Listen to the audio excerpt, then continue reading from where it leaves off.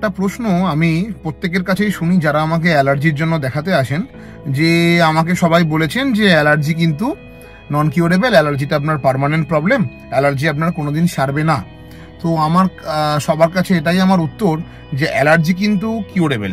অ্যালার্জির মেন যে ট্রিটমেন্ট আমাদের এজেন্ডা বা ট্রিটমেন্ট ফান্ডাটা হলো অ্যালার্জির আগে সোর্সটা খোঁজা, যে what are the common causes of allergen, কোত্থেকে আপনার অ্যালার্জিটা হচ্ছে। সেটা যদি আইডেন্টিফাই করা যায় এবং সেটা যদি মোটামুটি এনভায়রনমেন্টাল কোনো ডাস্ট বা ডার্ট হয়, সেটা কিন্তু অলরেডি ইমিউনোথেরাপি বেরিয়ে গেছে এবং ওটা অ্যাভেলেবেল। যদি কোনো ফুড হয় তাহলে অবশ্যই কিউরেবল, যদি কোনো ওষুধ হয় ড্রাগ অ্যালার্জি সেটা অবশ্যই কিউরেবল, এবং যদি কোনো ধরে নিন কোনো ফাঙ্গাস হয় সেটাও কিন্তু কিউরেবল পার্সিয়ালি উইথ মেডিসিনস। তাহলে অ্যালার্জি যে কিউরেবল নয় এই কথাটা সম্পূর্ণ মিথ্যে, এবং অ্যালার্জির জন্য সারা জীবন যে মন্টেলুকাস খেতে হবে এটাও কিন্তু সম্পূর্ণভাবেই বেসলেস। ধন্যবাদ।